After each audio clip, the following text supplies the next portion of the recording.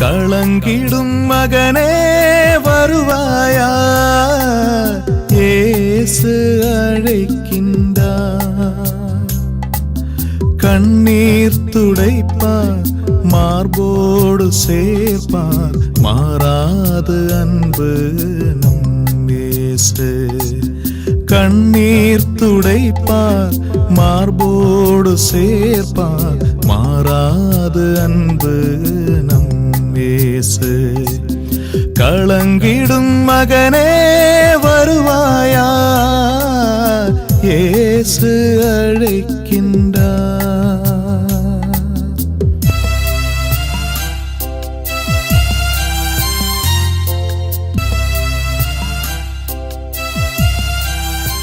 இயேசு கிறிஸ்துக்குள் பிரியமானவர்களே, ஆண்டவராய் இயேசு கிறிஸ்துவின் பரிசுத்தமுள்ள திருப்பெயரிலே நல்வாழ்த்துக்கள். இந்த விடுதலை நிகழ்ச்சி வழியாக உங்களை சந்திப்பதிலே நான் மிகுந்த மகிழ்ச்சி அடைகிறேன். ஆண்டவர் தந்திருக்கிற கிருபைக்காக ஆண்டவருக்கு உள்ளத்தின் ஆழத்திலிருந்து நன்றி கூறுகிறேன். பிரியமானவர்களே, கடவுள்தான் இந்த விடுதலை நிகழ்ச்சியை அமைத்திருக்கிறார். எல்லா மக்களும் இறைவார்த்தையை கேட்கணும், மீட்பு பெற வேண்டும். 1 தீமோத்தேயு 2:4 படிக்கிறோம். எல்லா மக்களும் மீட்பு பெற வேண்டும் என்று, உண்மை அறிந்திட வேண்டும் என்று அவர் விரும்புகிறபடினாலே தான் இந்த காரியம். இந்த விடுதலை நிகழ்ச்சியிலே இறைவார்த்தைகளுக்கு அதிகமாக நாங்கள் முக்கியத்துவம் கொடுத்து கொண்டே இருக்கிறோம்.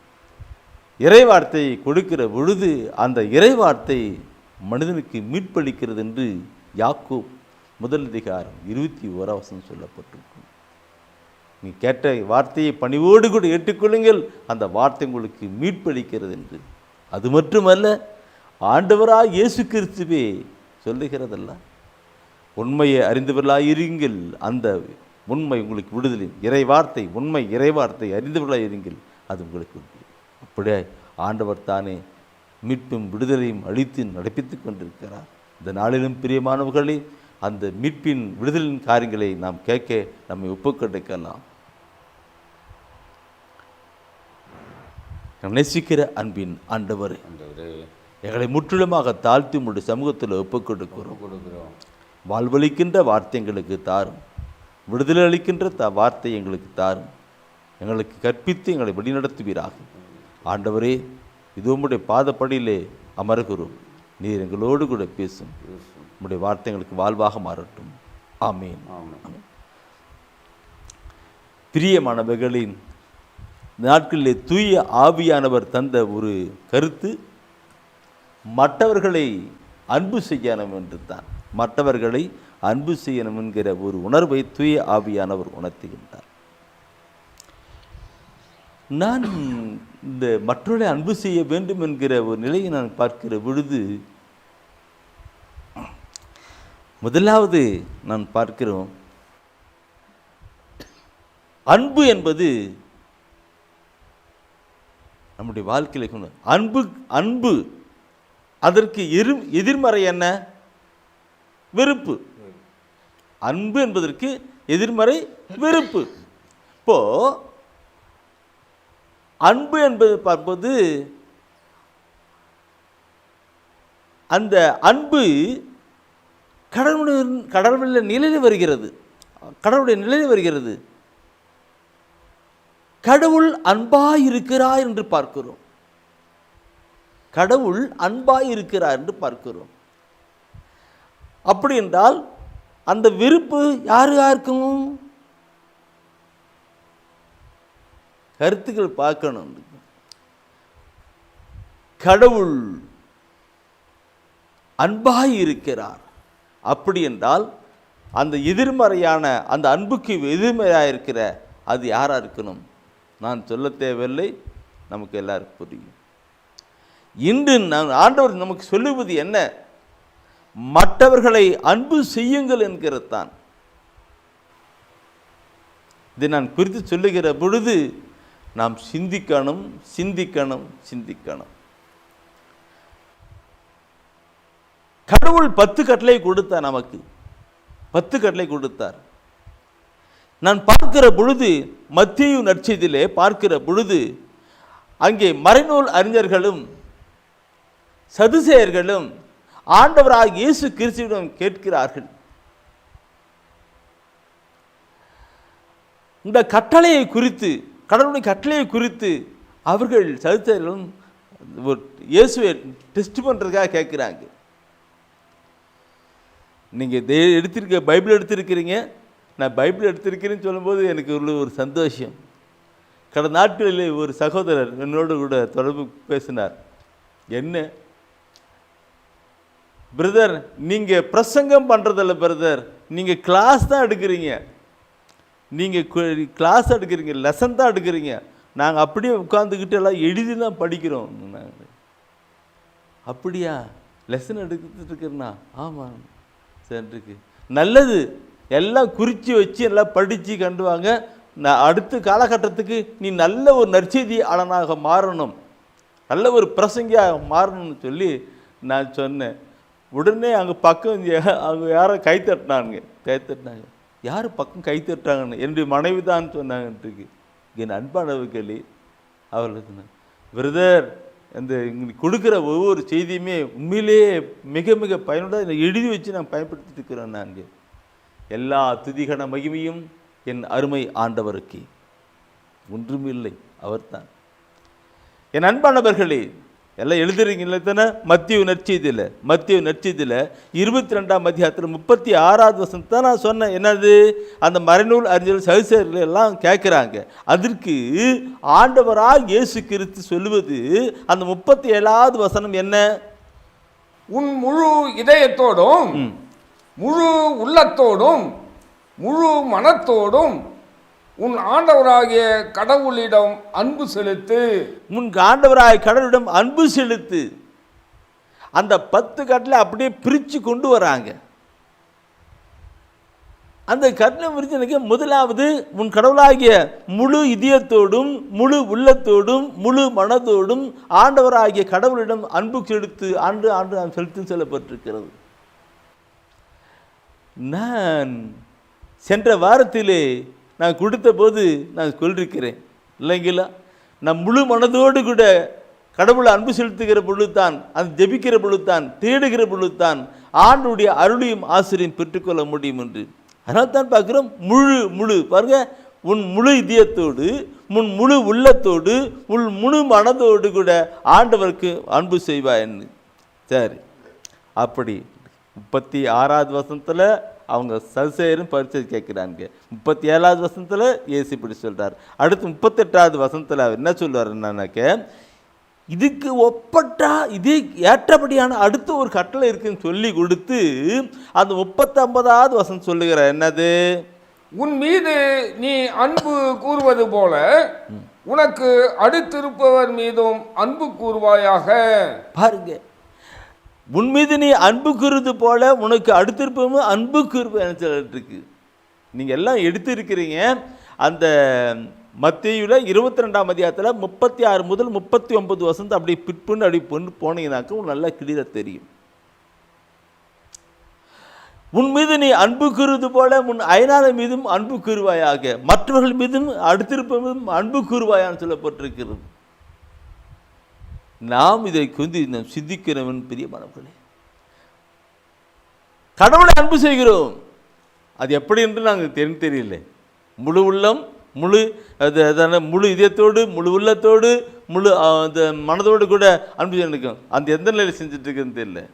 விடுங்க. இங்கே நான் பார்க்கிறோம் 2ஆம் கட்டளை பார்க்கும் பொழுது, உன்னை நீ அன்பு செய்வது போல உன் அயற்திருப்பதற்காக நீ அன்பு செய்யன்னு சொன்னது. அதுதான் இருக்கும்.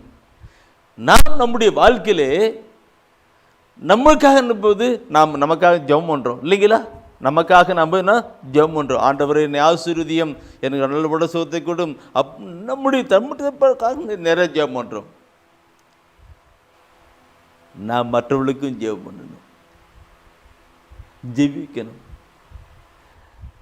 அடுத்து அவங்களுக்கு உதவி செய்யணும், அவர்களுக்கு உதவி செய்யணும். 3வது, அவர்களுக்கு ஆண்டவராக இயேசு கிறிஸ்துவை பற்றி சொல்லணும். மற்றவர்கள் என்ன இனத்தாராக இருந்தாலும் எந்த சமயத்தாக இருந்தாலும் அவர்களுக்கு ஜெபிக்கணும், அவர்களுக்காக ஜெபிக்கணும். நோயோடு கூட வியாதியோடு கூட அவங்க ஜெபிக்கணும், உதவி செய்யணும், ஆண்டவர் இயேசு கிறிஸ்துவை பற்றி சொல்லணும் இல்லைங்களா? இது மற்றவர்கள் செய்ய வேண்டிய ஒரு கருத்தாக இருக்கிறது. சரி, அதை நான் அப்படியே கொண்டு வருகிற பொழுது என் அன்பானவர்களே, மற்றவர்களுக்கு நாம் செய்கிற பொழுது அது எப்படி என்று பார்த்தாக்க, இந்த 2 கட்டளை 10ல் 2 வந்துச்சுனாங்க. அந்த 10 கட்டளை 2ல் ஒரு மாத்திரத்தை பாரு. கலாத்தியர் 5ஆம் அதிகாரத்திலே 14வது வசனம். கலாத்தியர் 5ஆம் அதிகாரத்திலே 14வது வசனம் என்ன சொல்லுகிறது? உன் மீது நீ அன்பு கூறுவது போல உனக்கு அடுத்திருப்பவர் மீதும் அன்பு கூறுவாயாக என்னும் இந்த ஒரே கட்டளையில் திருச்சட்டம் முழுவதும் நிறைவு பெறுகிறது. என்ன பார்க்கணும்? உன்மீது நீ அன்பு கூறு போல மற்றவர்களுக்கு அன்பு கூறு என்ற நிலையில் தான் நாங்கள் சொல்லுது நினைச்சுன்னா, இன்னும் இந்த ஒரே கட்டளையில் திருச்சட்டம் முழுவதும் நிறைவு பெறுகிறதுன்னு சொல்லப்பட்டிருக்கிறது. நம்முடைய வாழ்வில் பார்க்கணும்ல, நாம் மற்றவர்களை அன்பு இல்லம்போது கட்டளை கடைபிடிக்கிறோமா? கட்டளை கடைபிடிக்கிற போது கட்டளை மீறுவது பாவம்னு பார்க்குனாக்க, கட்டளை மீறுவது பாவம்னு பார்க்குறோம் இல்லைங்களா? அப்படி பார்க்கும்போது இங்கே மற்றவர்களை அன்பு செய்யாத போது எப்படி இருக்கும்? உன் மீது நீ அன்பு கூறுவது போல உன் அடுத்திருப்பவரும் அன்பு கூறுவாயாக என்னும் இந்த ஒரே கட்டளை திருச்சட்டம் முழுமைக்கும் அடங்கியிருக்கிறது சொல்லப்பட்டிருக்கு. அன்பான சகோதரமே சிந்தித்து பார்க்கணும். இந்த தவக்காலம் முடிந்தது, எல்லாம் நடந்து போனது, எந்த நிலையிலே நாம் வாழ்ந்து கொண்டிருக்கிறோம் பார்க்கணும். சண்டை, சச்சரவு, பிரிவினை, பிளவு அப்படியே தான் இருக்கிறது. சமாதானம் என்ற நிலையில் கடந்து வரவில்லை. எனக்கு உள்ளத்தில் ஆழத்திலே பாரம், அது தூய ஆவியானவர் எனக்கு கொடுக்கப்பட்ட ஒரு பாரம் நிலைத்தான் நான் உணர்கின்றேன். நானும் ஒரு காலத்தில் 10ஓடு 11ஆக நான் வாழ்ந்து கொண்டிருந்தேன். என்னைக்கு இந்த கடவுள் என்னை அழைத்து இந்த ஆவியை கொடுத்தாரோ அதிலிருந்து உனக்கு ஒரு பாரம் தான் பார்க்கணும். பிரியமானவர்களே, வசனத்தின் பார்க்கிற பொழுது அங்கே நாம் பார்க்கிறோம் மற்றவர்களை அன்பு செய்யணும். திருச்சட்டம் முழுமைக்கும் சொல்லப்பட்டு பிரைஸ் தி லார்ட். நான் இந்த இந்த பைபிளை படிக்கிற பொழுது நான் கொண்டு வந்த கண்ணுக்கும் 1 யோவானில் 4ஆம் அதிகாரம் 1 யோவானில் 4ஆம் அதிகாரத்தில் 20வது வசனம் 1 யோவான் 4ஆம் அதிகாரத்தில் 20வது வசனம் ஒரு கருத்து சொல்லியிருக்கும். கடவுளிடம் அன்பு செலுத்துவதாக சொல்லிக்கொண்டு தம் சகோதர சகோதரிகளை வெறுப்போர் பொய்யர். பொய்யரா இன்னைக்கு கடவுளிடம் அன்பு செலுத்துவதாக சொல்லிக்கொண்டு தம் சகோதர சகோதரியை வெறுப்போர் பொய்யர். நான் அந்த ஆரம்ப காலகட்டத்தில் பைபிளை அப்படியே வேகமாக படிச்சுட்டு போயிட்டு இருப்பேன். ஒரு நாள் பைக் மடிக்க திருவெளிப்பாட்டில் 21ஆம் அதிகாரத்தில் 27வது வசனத்தை நான் படித்தேன். திருவெளிப்பாட்டில் 21ஆம் அதிகாரத்தில் எல்லாம் எடுக்கிறீங்க தானே, எடுங்க, கொண்டு வாங்க. இன்னைக்கு ஒரு நாள் ஆனாச்சு 2 வார்த்தைகள் நாம் சிந்திக்கணும். திருவெளிப்பாட்டில் 21ல் 27ஆம் வசனத்தில் நான் அது கடைசி திருவெளிப்பாடு கடைசி அதிகாரத்தை கொண்டு வராங்க. அது என்ன சொல்கிறாங்க, அது படிக்கலாம், படித்து பாருலாம். தீட்டுப்பட்டது எதுவும் ஒருபோதும் அதில் நுழையாது, அதுபோல் அருவருப்பானை செய்வோரும் பொய்யரும் அதில் நுழைய மாட்டார்கள். ஆட்டுக்குட்டி வைத்திருக்கும் வாழ்வின் நூலில் பெயர் எழுதப்பட்டவர்கள் மட்டுமே அதில் நுழைவார்கள். என்ன சொல்லுது? பொய்யர். நான் அந்த பொய்யர்னு ஒன்று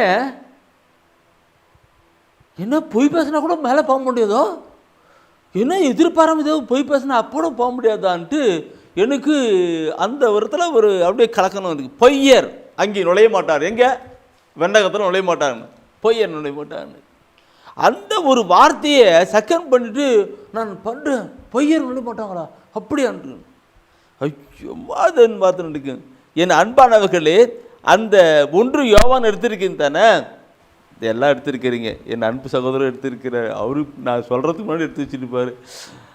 தூய ஆவியானவர் தான் கனெக்ஷன் பண்ணுறது.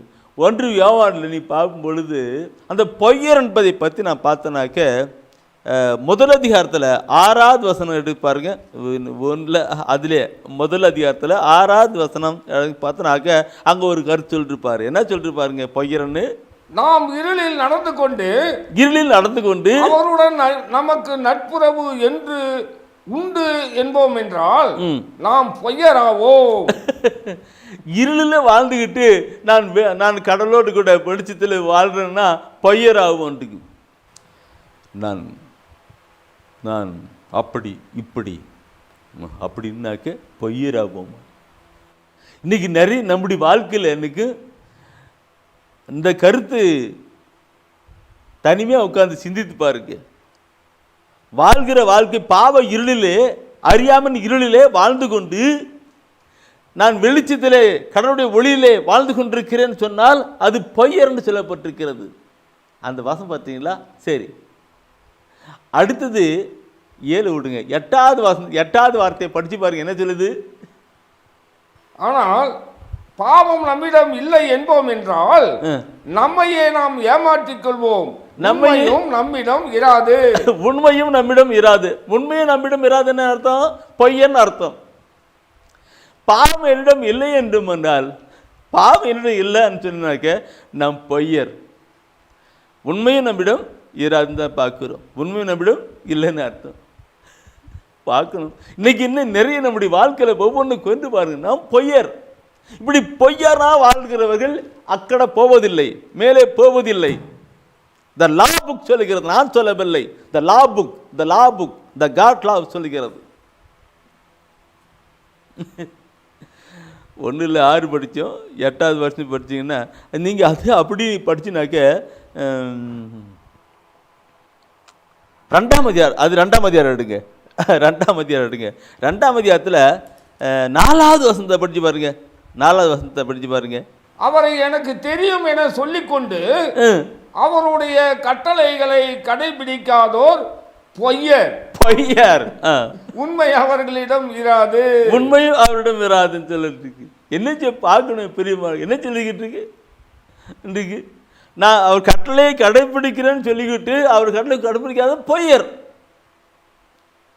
நான் ஒவ்வொன்றும் சொல்ல பார்க்கணும். பொய்யர் பண்ணும் இல்லைங்களா? அவங்க பொய்யரான்ட்டுக்கு, அவங்க அப்படிப்பட்டவர்கள் பொய்யன்று அங்கே சொல்லப்பட்டிருக்கு. சரி, அந்த கருத்தோட கூட எல்லாம் எடுத்துருக்கிறீங்க, எல்லாம் கவுட் பண்ணுறீங்க. என் அன்பு சகோதரர் அப்படி போட்டு இழைப்பட்டுருக்கிறான்ட்டுக்கு. சரி, அடுத்தது ஒரு வசனம் இருக்கு நினைக்கிறேன். அதே அதிகாரத்து தான் 4ல் 22வது வசனம் பாருங்க. அதிலே அந்த இதுலேயே 2ல் 4 படிச்சிங்க தானே? அப்போ 22வது வசனம் நினைக்கிறேன். அதில் ஒரு 22வது வசனம் நினைக்கிறேன். அதில் சொல்லுவார், இயேசு மெசியா அல்ல என்று மறுப்போரை தவிர வேறு யார் பொய்யர்? தந்தையும் மகனையும் மறுப்போர் தான் எதிர் கிறிஸ்துகள். பாருங்க, எதிர் கிறிஸ்துன்னு சொல்லிருக்கு.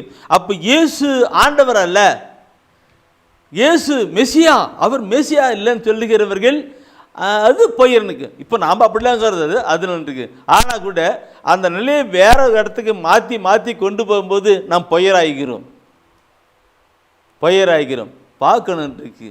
இயேசு தான் மெஸ்ஸியா, அவர் தான் மீட்பார், அவர் தான் என்ற நிலையை விட்டு வேறு ரூட்டில் போகும்போது இவரை பொய்யரை வாக்கிறோம். 4 பாயிண்ட் ஆயிடுச்சு. அடுத்து ஒரு பாயிண்ட் எனக்கு நம்ம படிச்சுமா தானே இருக்கு? முன்ன படிச்சிங்களா?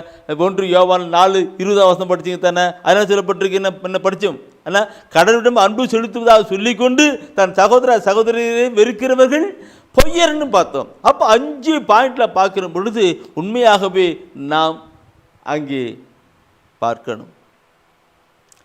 என் அன்பானவர்களே, இந்த 4:20 படித்தோம், 20ல் படித்தோம். தன் சகோதரியை வெறுக்கிறவர் அவர் வெறுக்கிறவர் பொய்யர்னு பார்த்தோம்.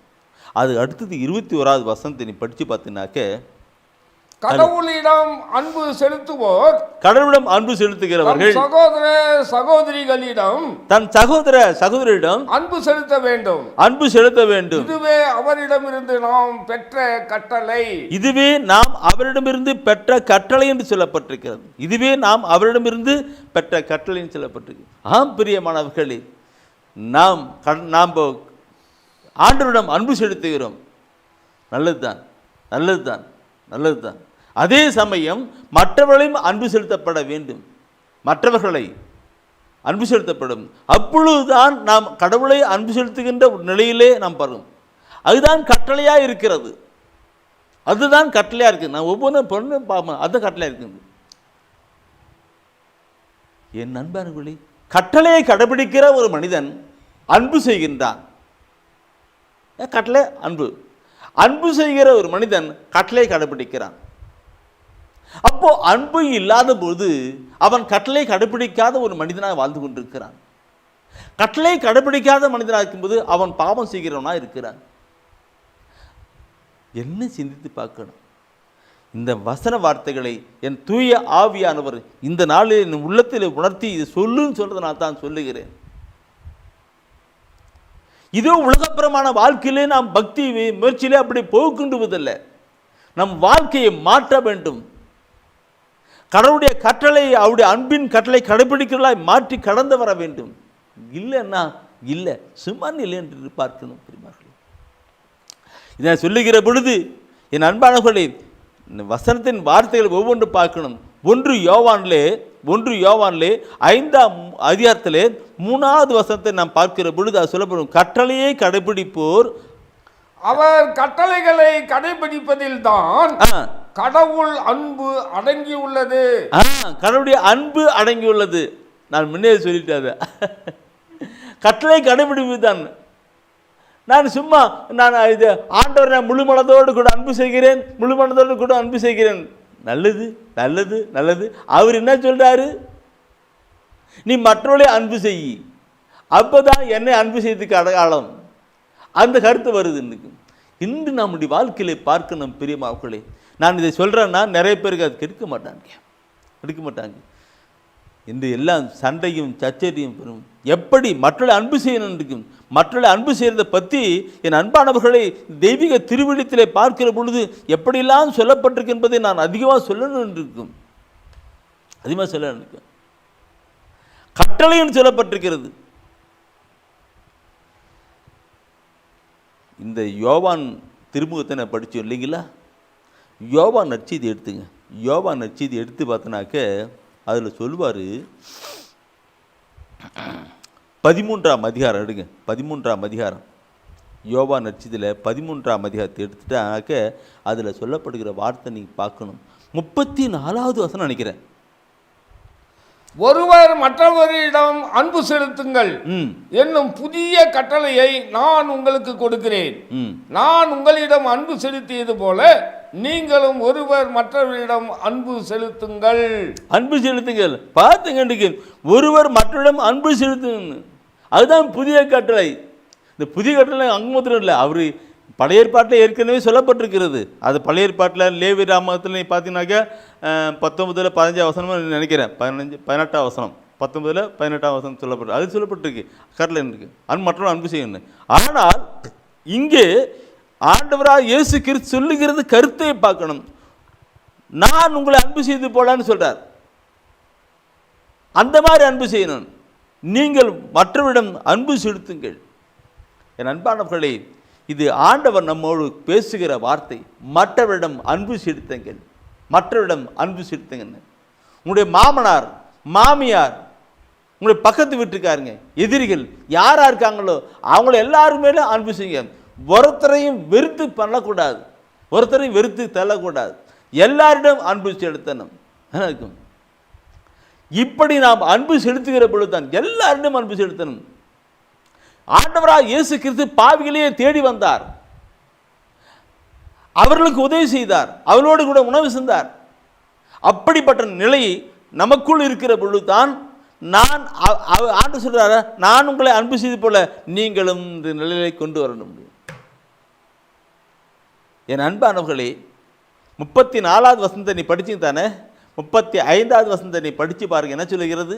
நீங்கள் ஒருவர் மற்றவருக்கு செலுத்தும் அன்பிலிருந்து நீங்கள் என் சீடர்கள் என்பதை எல்லாரும் அறிந்து கொள்வர். நீங்கள் என் சீடர்கள். நீங்க மற்றவர்களை அன்பு செலுத்துறதிலிருந்து நீங்கள் என் சீடர்கள் என்று மற்றவர்கள். இயேசு அப்படிதான் இருந்தார். அதே போல அவருடைய நிலையிலே வருகிறவர்களும் செய்தார். சீடர்கள் என்று சீடர் என்பதை விடுங்க, அங்கே மாற்று. அவர்கள் கிறிஸ்து, அவர்கள் கிறிஸ்து அன்பு செய்தது போல அவருடைய மக்களாக இருக்கிற நாம் ஒவ்வொரு அன்பு செய்யணும். அப்போதான் கிறிஸ்து அவர்கள், கிறிஸ்துடைய மக்கள், கடவுளுடைய பிள்ளைகள், கடவுளுடைய மக்கள் என்று சொல்ல முடியும். இல்லைன்னா எப்படி இருக்கு?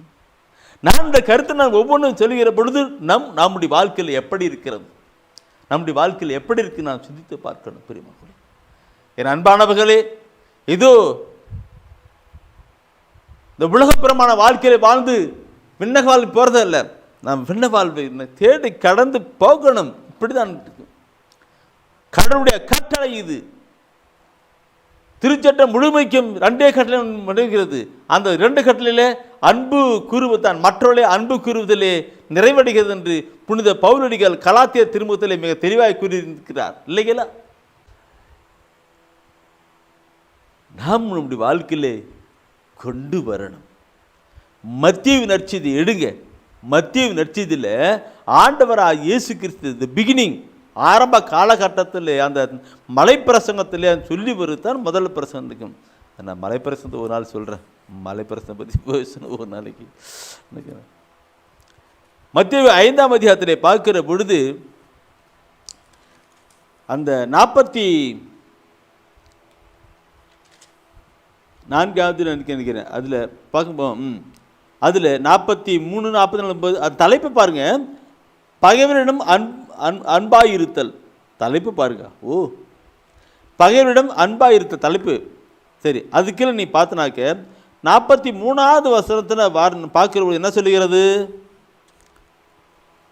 உனக்கு அடுத்து இருப்பவரிடம் அன்பு கூறுவாயாக, பகைவரிடம் வெறுப்பு கொள்வாயாக என கூறியிருப்பதை கேட்டிருக்கிறீர்கள். பாருங்க, இந்த உலகத்தின் பிரகாரமாக நாம் பார்க்கிற பொழுது இது எப்படி சொல்லுவாங்க? உலக வாழ்க்கைன்னு பார்க்குற பொழுது இப்படி சொல்லுவாங்க. அவனை பேசலாம் பேசல, அவங்களோட இல்லாம அப்படின்னு சொல்லிட்டு இருப்பாங்க. இது பழைய ஏற்பாட்டு காலத்தில் கூட சில கருத்துக்களை கொண்டு வந்திருக்கிறாங்க. ஆனால் ஆண்டவராக இயேசு கிறிஸ்து இந்த உலகத்துக்கு பாவிகளையே நேசிக்கிற இயேசு கிறிஸ்து, பாவிகளுக்கு அன்பு செய்கிற இயேசு கிறிஸ்து, அந்த நிலையை கடந்து வந்த இயேசு கிறிஸ்து அவர் சொல்லுகிற வார்த்தையை பார்க்க நன்றுக்கு, உனக்கு அடுத்திருப்ப அன்பு கூறுங்கள், பலரிடம் வெறுப்பு கொள்ளுங்கள் என்று குறிப்பை கேட்டிருக்கிறீங்க. ஆனால் நான் உங்களுக்கு சொல்லுகிறேன், அந்த 44வது வசனம் படிங்க. ஆனால் நான் உங்களுக்கு சொல்கிறேன், நான் உங்களுக்கு சொல்லுகிறேன், உங்கள் பகைவரிடம் அன்பு கூறுங்கள், உங்களை துன்புறுத்துவோருக்காக இறைவனிடம் வேண்டுங்கள். 2 பாயிண்ட் முத்து மாதிரி ஆண்டவர் கொடுத்திருக்கிறார். என்ன? உன் பகைவரிடம் அன்பு கூறுங்கள். 2வது பாயிண்ட், உங்களை துன்புறுத்துவதற்காக இறைவனிடம் வேண்டுங்கள். இந்த 2 கருத்தும் நம்முடைய வாழ்க்கையில் இருக்கும் என்றால் உண்மையாகவே நாம் கடவுளுடைய கட்டளைகளை கடைபிடித்து அவருடைய அன்பின் பாதையில் நடந்து அவருடைய பிள்ளைகளாக வாழ்ந்து அங்கே போயிடுவோம்.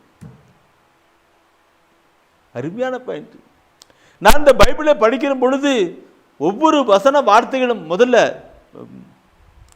விழித்தின் ஆரம்ப காலத்தாக தான் பைபிள் படித்தேன். அதுக்கு முன்னாடி பைபிள் படித்ததே கிடையாது. பைபிள் தொட்டமானதில்லை. பைபிள் படிக்கிற பொழுது ஒவ்வொரு வார்த்தையும் அப்படியே குத்தும் காட்டும் போச்சுன்னு இருக்கு. இந்த வார்த்தையை பாருங்க, இன்னைக்கு அன்பு செய்யுங்கள், அன்பு கூறுங்கள். 2வது அவருக்காக ஜெபியுங்கள். இருக்கு என் அன்பான சகோதரமே, ஒருவேளை உங்களுடைய மாமியார் ரொம்ப கொடுப்படுத்துறாங்க, நீங்க அன்பு செய்யறவங்க அன்பு செஞ்சுட்டே இருங்க, அவங்களுக்காக நீங்க ஜெபிங்க. இதையெல்லாம் அங்கே ஆண்டவர் பார்ப்பார். உங்களுடைய மருமகள் இப்படி செய்யறாங்க, உங்களுடைய பக்கத்து வீட்டுக்காரர்கள் அல்லது உங்களை வெறுப்பவர்கள் இப்படிலாம் செஞ்சுட்டு இருக்கிறாங்க, அவளுக்கு அன்பு கூறுங்கள், தெய்வீக அன்பை கொண்டு வாருங்கள். சகோதரர் சொன்னாரு, அந்த அன்பின் காரணங்கள் எப்படி வரும்? நீ உண்மையான ஒரு கிறிஸ்துவ ஆண்டவருடைய ஆவியை பெற்றிருக்கிற ஒரு மகனாக இருப்பானார். ரோமர் புத்தகம் 5ஆம் அதிகாரத்திலே 5ஆம் வசனத்தில் சொல்லப்பட்டிருக்கிறது. அந்த ஆவி, கடவுளுடைய ஆவி நமக்குள் இருக்கிறது. அதனால அந்த அவர் செய்து போல அன்பு செய்கிறோம். அந்த எதிர்நோக்கு ஒருபொழுதும் ஏமாற்றம் அடைவதில்லை. கடவுள் தன் தூய ஆவின் வழியாக தன்னுடைய தெய்வீகமான அன்பை நம்முடைய உள்ளத்திலே பொழியப்பட்டிருக்கிறார். அப்படி நாம் அன்பு செய்கிற ஒரு நிலை வந்துவிடும். வெளிப்படுத்தணும். சீடராய் இருப்பதற்கு, உண்மையான கிறிஸ்துவனாய் இருப்பதற்கு, கடவுளுடைய மக்களாய் இருப்பதற்கு நாம் அப்படி செய்யணும். அவர்களுக்காக ஜெபிக்கணும். நோய் எடுக்கிட்டு இருக்காங்களா, வியாதி இருக்கிறாங்களா, பிரச்சனை இருக்காங்களா, அவங்களுக்காக. இதை நான் சொல்லுகிற ஒரு சின்ன ஒரு சாட்சியை கூட நான் சொல்ல நினைக்கிறேன். எனக்கு ஒரு சகோதரி ஒன்று இருக்கு. அந்த சகோதரியை வேற ஒரு சகோதரி வெறுக்கிற பக்கத்து சண்டை போட்டு பயங்கரமாக இருந்தாங்க. ஆனால் அந்த சகோதரி இந்த கருத்துக்களை மையமாக வச்சு செய்துப்பாங்க. ஒரு நாள் இந்த எதிர்ப்பாக இருக்காங்களே அந்த சகோதரி உடல் சுகம் இல்லாமல் ஆஸ்பத்திரியில் இருந்தாங்க. ஆஸ்பத்திரியில் இருக்கிற பொழுது நானும் போயிட்டுருக்கிறேன். இவங்க சண்டை போட்டுருங்களா தெரியும் எனக்கு. நானும் கேட்க. அப்போ இந்த சகோதரி அங்கே வந்துட்டு அந்த சகோதரிக்கு அந்த அந்த அந்த போர்வை எடுத்து மூடுறது எப்படி அந்த போர்வை எடுத்து தள்ளி விடுறாங்க. அந்த கால் எடுத்து பண்ணிவிட்டாங்க. அதை எடுத்து எல்லாம் செய்கிறாங்க. செஞ்சுட்டு அப்புறமேல ஜெபம் பண்ணும்போது அந்த சகோதரி, ஆண்டவரே என் அன்பு சகோதரியே நீங்கள் ஆசீர்வதிங்க, நோய்க்கு குணமாகட்டும், அந்த ஜெபம் பண்ணுறாங்க. இந்த சகோதரி ஜெபம் பண்ண இந்த படுக்கையில் இருக்கிறாங்களே அந்த சகோதரி கண்ணில் தண்ணி வந்துருச்சு. ஏன் இவ்வளவு கொடுப்பட்டு சகோதரி ஜெபம் பண்ணுறாங்க, அன்பு செய்கிறாங்க. கிறிஸ்து அவள் கிறிஸ்து சாட்சியாக இருக்கிற மகள் மற்றும் செஞ்சாங்க. கொண்டு வரணும். அதனால தான் ஆண்டவர் மகிமை அடைவார். அப்படியே சேஞ்ச் ஆனாங்க. அப்புறமேல அந்த சகோதரி சுகமாயிட்டு பின்னாடிக்கு அந்த ஜெப வழிபாட்டில் கொண்டு வந்து ஒரு தியானத்தில் கொண்டு வந்து அந்த சகோதரி புட்டிலே மாட்டோம்னாங்க. என் அன்பானவர்களே, நாம் நம்முடைய வாழ்க்கையில் மற்றொரு அன்பு செய்கின்ற காரியங்கள். சரி, 44 வசனம் படிச்சுக்கிட்டானே, அன்பு கூறுங்கள் இரண்டும் வேண்டுங்கள் என்று படிச்சுக்கிட்டானே. அடுத்து 45 வசனத்தை படிச்சு பாருங்க. அதில் வார்த்தை என்ன சொல்லப்பட்டிருக்கிறது, அதுதான் நமக்கு முக்கியமான ஒரு கருத்து. இப்படி செய்வதால் நீங்கள் உங்கள் விண்ணக தந்தையின் மக்களாவீர்கள். நான் அந்த வசந்த படிக்கும் முன்னாடியே கருத்தை சொல்லி முடிச்சுட்டேன். இல்லைங்களா? இப்படி செய்வதால் மற்றொரு அன்பு கூறுறதுனாலும் அவங்களுக்கு ஜெபிப்பதுனாலும் இப்படி ஜெபம் பண்ணாலும் நான் விண்ணக தந்தையின் மக்களாக பண்ணிட்டு படிக்கல இருந்த அன்பு அந்த சகோதரி, மற்ற சமயத்தை சார்ந்த சகோதரி தான் அப்படியே கண்ணுவிட்டு அழுது புலம்பிட்டு மனமாற்றமானார்கள். இப்படி நாம் மனமாற்றமாய் கொண்டு வருவதற்கு என்ன செய்யப்பட வேண்டும்? அதுக்கு தான் ஆண்டவர் சொல்லுகிறார். மக்கள் இருக்கும் இதோ நம்ம கிறிஸ்தானத்துக்குள்ள மற்றவரோட அன்பு கூறுங்கள், ஜெபியுங்கள். நான் சொல்லுகிற பொழுது ஒருவேளை உங்களுக்கு விரோதமாக புறமாக செஞ்சிருப்பாங்க சொல்லிதான் நினைக்கும். ஆனால் அந்த கிறிஸ்து இயேசுடைய மனநிலையை நான் கொண்டு வருகிற பொழுது நாம் செய்யப்படுவதாக இருக்கணும். இல்லை அதனாக்க வெறும் ஃபார்மாலிட்டி அது கிடையாது. எபேசியர் திருமுகத்திலே 4ஆம் அதிகாரத்திலே 32வது வசனம், அதிகாரத்தினுடைய கடைசி வசனமாக இருக்குன்னு நினைக்கிறேன். அந்த அதிகாரம் 7ஆம் இது எபேசியர் 4ஆம் அதிகாரத்தில் கடைசி அதிகாரமாக நினைக்கிறேன் வசனம். அதில் 42 நினைக்கிறேன். ஒருவருக்கொருவர் நன்மை செய்து, அதுதான் ஒருவருக்கொருவர் நன்மை செய்து பரிவு காட்டுங்கள். கடவுள் உங்களை கிறிஸ்து வழியாக மன்னித்தது போல நீங்களும் ஒருவரை ஒருவர் மன்னியுங்கள். என்ன கருத்து? கடவுள் கிறிஸ்து இயேசு வழியாக மன்னித்து போல நாமளும் மன்னிக்கணும். இன்னைக்கு நாம் நம்முடைய சமூகத்திலே பார்த்தனாக்க எல்லாம் கொண்டு போயிட்டு இருக்குது.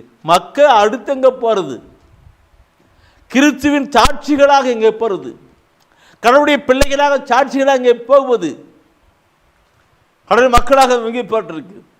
நாம் ஒளியின் பிள்ளைகளாக எப்படி வெளிப்படுத்துவது?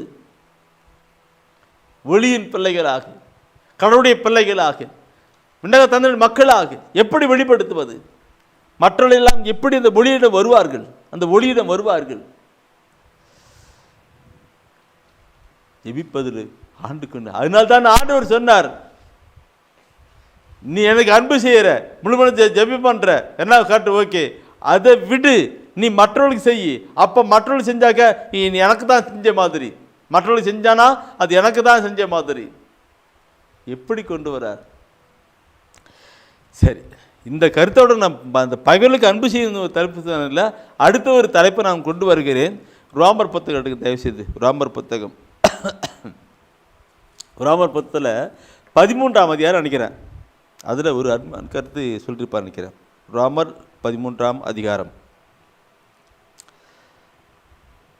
8வது வசனம். 8வது வசனம் எடுங்க. ரோமர் புத்தகத்தில் 13ஆம் அதிகாரத்தில் 8வது வசனம். நீங்கள் யாருக்கும் எதிலும் கடன்படாதீர்கள், ஒருவருக்கொருவர் அன்பு செலுத்துவதே நீங்கள் செலுத்த வேண்டிய ஒரே கடனாய் இருக்கட்டும். பிறரிடத்தில் அன்பு கூறுபவர் திரு சட்டத்தை நிறைவேற்றுபவர் ஆவார். திருச்சட்டத்தை நிறைவேற்றுகிறவர் ஆவார். திருச்சட்டத்தை நிறைவேற்றுகிறவர் ஆவார்னு சொல்லப்பட்டிருக்கு. பாருங்க, இன்றைக்கு அதில் என்ன பார்க்கணும், திருச்சட்டத்தை நிறைவேற்றுகிறாகும் ஒருவருக்கு ஒரு அன்பு. அந்த அந்த வசனத்தினுடைய தலைப்பு என்ன? தலைப்பு ஒருவருக்கொருவர் அன்பு செலுத்துதல். ஒருவருக்கொருவர் அன்பு செலுத்துங்கள். நான் முன்ன சொன்னப்பட்ட கருத்தை நீங்கள் அப்படியே தூய ஆவிகள் வசனத்தோடு லிங்க் பண்ணுறார். என்ன பண்ணிருக்கு எனக்கு? ஒருவருக்கு அன்பு செலுத்துங்கள். என்ன சொல்லுங்க, நீங்கள் மீண்டும் ஒரு வார்த்தை அந்த 8வது வசனத்தை நான் படிக்கிறேன்னு நினைக்கிறேன். நீங்கள் யாருக்கும் எதிலும் கடன்படாதீர்கள், ஒருவருக்கொருவர் அன்பு செலுத்துவதே நீங்கள் செலுத்த வேண்டிய ஒரே கடனாய் இருக்கட்டும். பிறரிடத்தில் அன்பு கூறுபவர் திரு சட்டத்தை நிறைவேற்றுபவர் ஆவார். என்ன வார்த்தை, எப்படி இருக்கு! நாம் பைபிளை எடுத்து படித்தா தானே, இறைவசன வார்த்தைக்கு செவி கொடுத்தா கேட்டால் தானே புரியும். அதை விட்டுட்டு ஏதோ ஒன்று போட்டுருக்கு. சகோதரர் படிக்கிற பொழுது சில வசனம் படிக்கும்போது கையை உயர்த்தி ஆட்டிக்கிட்டு படிக்கிறார். ஏன் அவ்வளோ அளவுக்கு அந்த உள்ளத்தின் வார்த்தை இருக்கு. நீங்க கடன் பற்றல, உங்களுக்கு கடன் என்ன? மற்றவர்களுக்கு அன்பு செய்.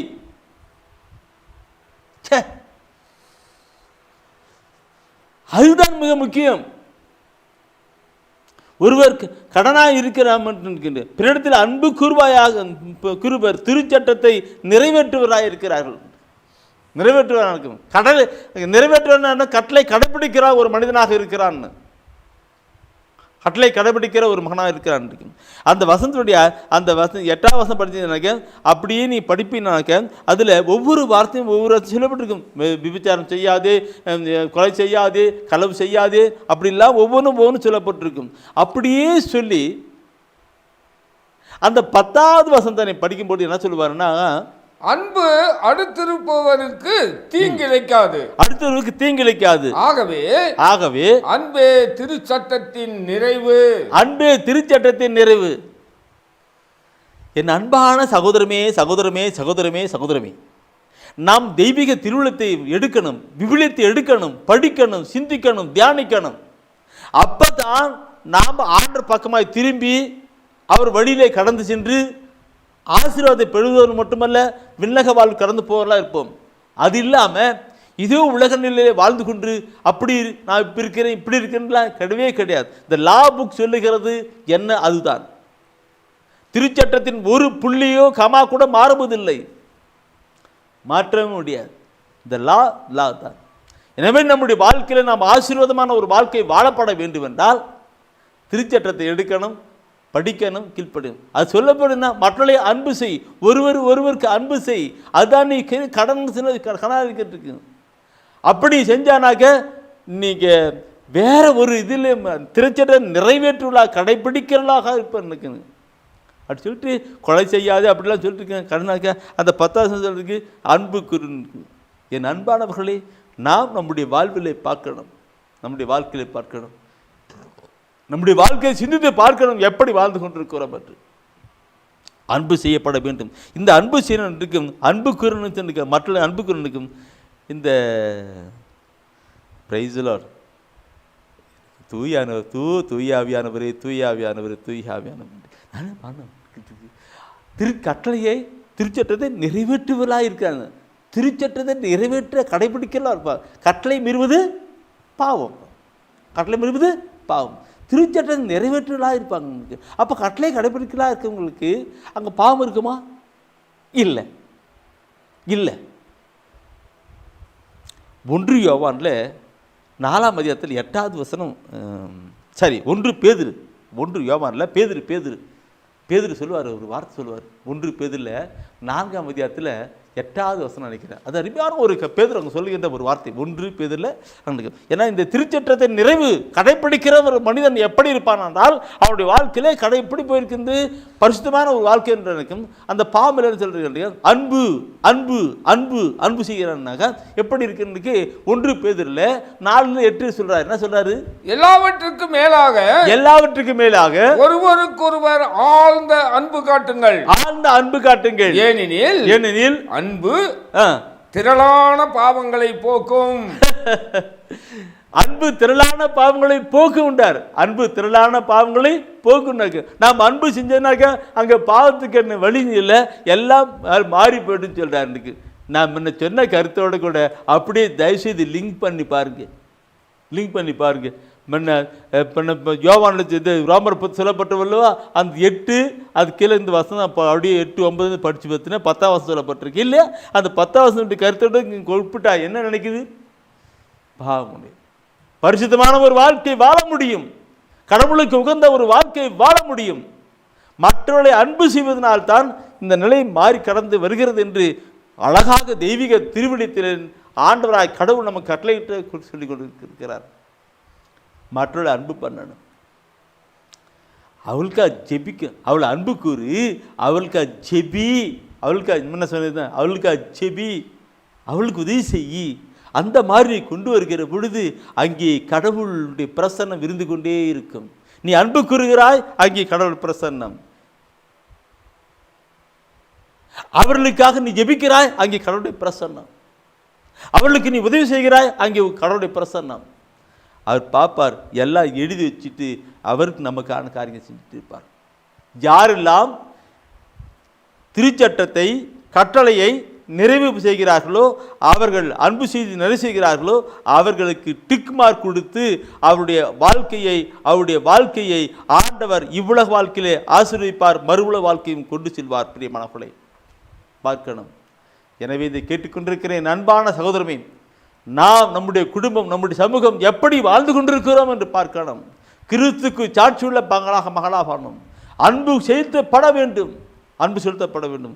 அப்பொழுது ஆண்டவருடைய பிரசன்னத்தின் காரியங்களை நாம் உணர முடியும். அன்பும் நட்பும் எங்கே இருக்கிறதோ அங்கே இறைவன் இருக்கிறார் அல்லவா? அவர் சொல்லுகிறவர் அங்கே இருக்கிறார் அல்லவா? பாவமில்லாத பரிசுத்தமான இடத்தில் அவர் இருக்கிறார் அல்லவா? இதை நாம் கொண்டு வரணும். ஜெபிப்போம். அன்பும் நட்பும் எங்குள்ளதோ அங்கே இறைவன் இருக்கின்றார். அன்பும் நட்பும் எங்குள்ளதோ அங்கே இறைவன் இருக்கின்றார். கிறிஸ்துவின் அன்பு நம்மை எல்லாம் ஒன்றாய் கூட்டி சேர்த்ததுவே. கிறிஸ்துவின் அன்பு நம்மை எல்லாம் ஒன்றாய் கூட்டி சேர்த்ததுவே. அவரில் கழித்திடுவோம் யாம், அவரில் மகிழ்ச்சி கொள்வோமே. தீவிய தேவனுக்கு அஞ்சிடுவோம், அவருக்கு அன்பு செய்திடுவோம். நேரிய உள்ளத்துடனேயாம் ஒருவரை ஒருவர் நேசிப்போம். அன்பும் நட்பும் எங்குள்ளதோ அங்கே இறைவன் இருக்கின்றார். அன்பும் நட்பும் எங்குள்ளதோ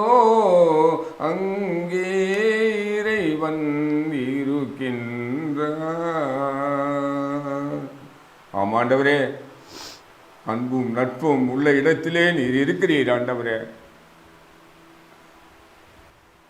நாங்கள் ஒருவரை அன்பு செய்யக்கூடிய இடத்திலே நீர் இருக்கிறீர் என்பதை நாங்கள் உணர்ந்து இருக்கிறோம் ஆண்டவரே. ஆண்டவரே, உம்மை அன்பு செய்கிறோம் ஆண்டவரே. உம்மை நாங்கள் அன்பு செய்வது போல எங்களுக்கு அடுத்திருப்பவர்கள் மீதும் நாங்கள் அன்பு செலுத்த எங்கள் ஒவ்வொருவரையும் இந்த நாளிலே ஆண்டவரே நீர் பண்படுத்தி கொண்டு இருப்பதற்காக நன்றி செலுத்துகிறோம் ஆண்டவரே.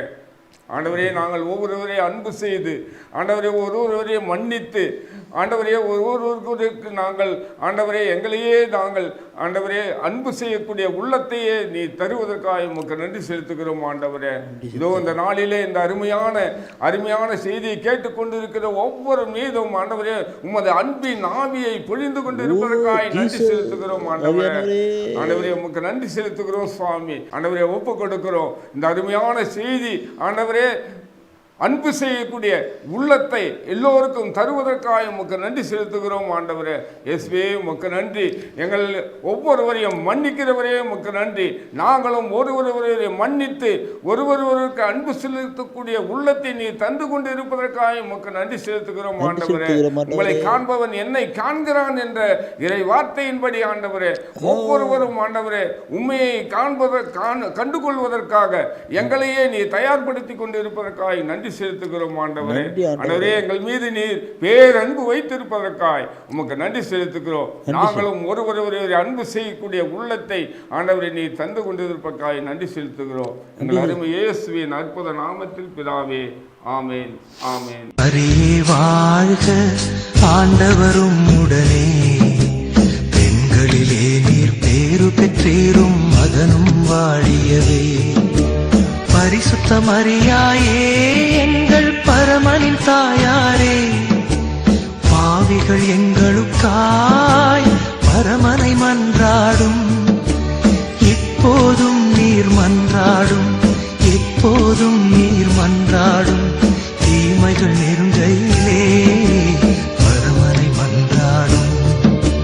மரணம் வருகையிலே எம்மை தாங்கும் அம்மா.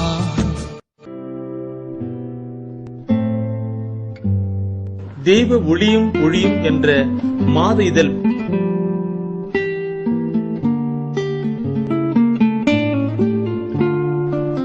எமது டிவைன் ஊழியத்தின் வழியாக வெளியிடப்படும் தெய்வ ஒளியும் ஒளியும் என்ற மாத இதழ் பெற வேண்டும் என்றால் சரியான முகவரியை அனுப்புங்கள். புத்தகங்கள் அனுப்பி வைக்கின்றோம். எங்கள் ஊழியங்களுக்காக ஜீவியுங்கள். ஆண்டவர் உணர்த்துகின்ற காணிக்கையால் தாங்க.